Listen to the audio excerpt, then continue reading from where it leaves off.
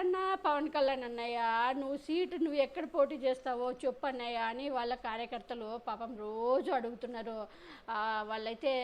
ఎప్పుడు చెప్పు అన్నయ్య, జగన్మోహన్ రెడ్డి గారికి నువ్వు భయపడడం ఏంది, నువ్వు మాట ఉంటే తాట తీస్తా గీట తీస్తా అంటావు కదా, మరి జగన్మోహన్ రెడ్డి గారి దెబ్బకి భయపడి కనీసం సీటు కూడా చెప్పుకోలేకపోతున్నావు, ఎక్కడ పోటీ చేస్తావు, ఎందుకు భయపడుతున్నావా జగన్మోహన్ రెడ్డి గారు ఓడిస్తారని. జగన్మోహన్ రెడ్డి గారు ఓడిస్తారో లేదో తెలియదు కానీ చంద్రబాబు నాయుడు నారా లోకేష్ మాత్రం నిన్ను తప్పకుండా ఓడిస్తారు, కాబట్టి ఎట్లా ఓడిపోయే సీటుకి ఎందుకు ఇంత అవస్థలు, ఏదో ఒకటి చెప్పేయని జనసేన కార్యకర్తలు పాపం కొట్టుకుంటున్నారనమాట. చెప్పు పవన్ కళ్యాణ్ గారు, మీరేంటి సీటు ఎక్కడ పోటీ చేస్తారా, లేకపోతే పోటీ చేయరా, లేకపోతే ఎంపీగా పోటీ చేస్తారా,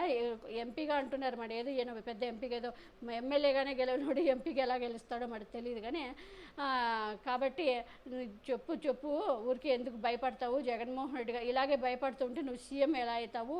నీ సీటుకే నువ్వు భయపడితే నీ కార్యకర్తలు నీ నాయకులను ఎప్పుడు గెలిపించుకుంటావు, హైదరాబాద్లో కూర్చుంటే కుదరదు, నువ్వు కనీసం 24 సీట్లు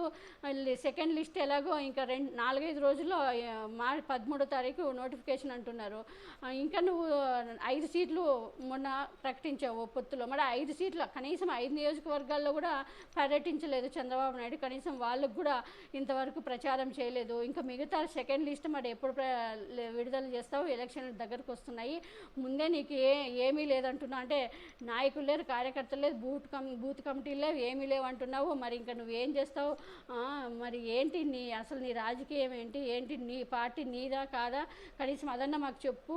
ఇప్పటికే అంటూ కూడా చాలా వాళ్ళు మమ్మల్ని చాలా మోసం చేసి ఇంకా 10 ఏళ్ళు మోసం టీడీపీ జెండా ఇప్పుడు కూడా మళ్ళీ మోయాలంటే కుదరదు, ఏదో ఒకటి తెలిసి ఎక్కడ పోటీ చేస్తావో చెప్పు, కనీసం తిరుపతి, పిఠాపురమా, భీమవరమా, గాజువాక, లేకపోతే తాడేపల్లిగూడమా, ఏదో ఒకటి చెప్పేయి, ఇలాగే పోతూ ఉంటే నువ్వు జగన్మోహన్ రెడ్డి గారికి భయపడుతున్నావని మేము అనుకోవాల్సి వస్తుంది, కాబట్టి ఏదో ఒకటి చెప్పు, పోటీ చేస్తావా లేకపోతే నీ పార్టీని విలీనం చేసేస్తున్నావా టీడీపీలో,